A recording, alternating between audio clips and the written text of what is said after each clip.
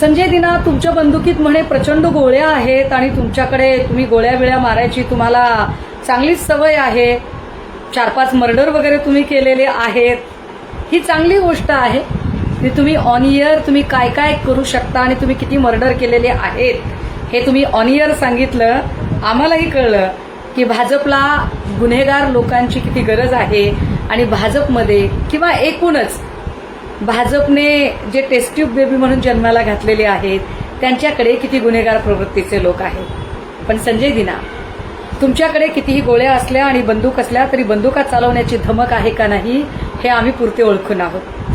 कारण बुधवारी ज्या दिवशी संसदीय दलाची बैठक दिल्लीमध्ये बोलावली आणि त्या बैठकीच्या नंतरची या पत्रकार परिषदेत मी तुमचा नामोल्लेख केला आणि म्हटलं की शिवसैनिक घरात घुसून जाब विचारतील त्या क्षणी तुमची भिजलेली मांजर झाली होती. त्या क्षणी तुमची एवढी घाबरगुंडी उडाली होती की तुम्ही घाबरून फोन केलात अरविंदभाईंना. माझ्याकडे कॉल आहे बरं का तो अजून. आणि तुम्ही फोन केलात संजय राऊतजींना आणि त्या दोघांनाही सांगितलं की साहेब मी तुमच्याच सोबत आहे, साहेब मी कुठे जात नाहीये. तुम्ही घाबरला होतात कारण तुम्ही वाट बघत होतात, तुम्ही वेळ काढूपणा करत होतात. मी तेव्हाही त्या दोघांना सांगत होते की संजय दिना बदमाश आहेत आणि ते वेळ काढूपणा करतायत फक्त आणि फक्त सुरक्षा येण्यासाठी.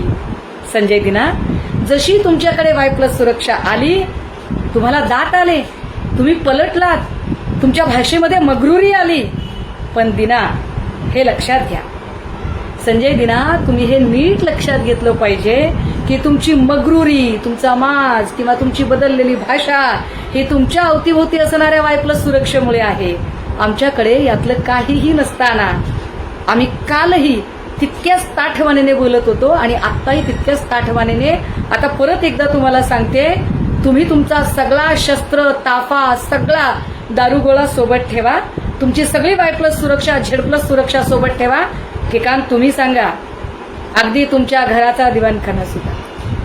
ठिकाण तुम्ही ठरवायचं, स्थळ तुम्ही ठरवायचं, वेळ तुम्ही ठरवायची. सुषमा अंधारे निशस्त्र यायला तयार आहे. नुसतं बोलून नाही, जरा कृतीतही तुम्ही उतरवा.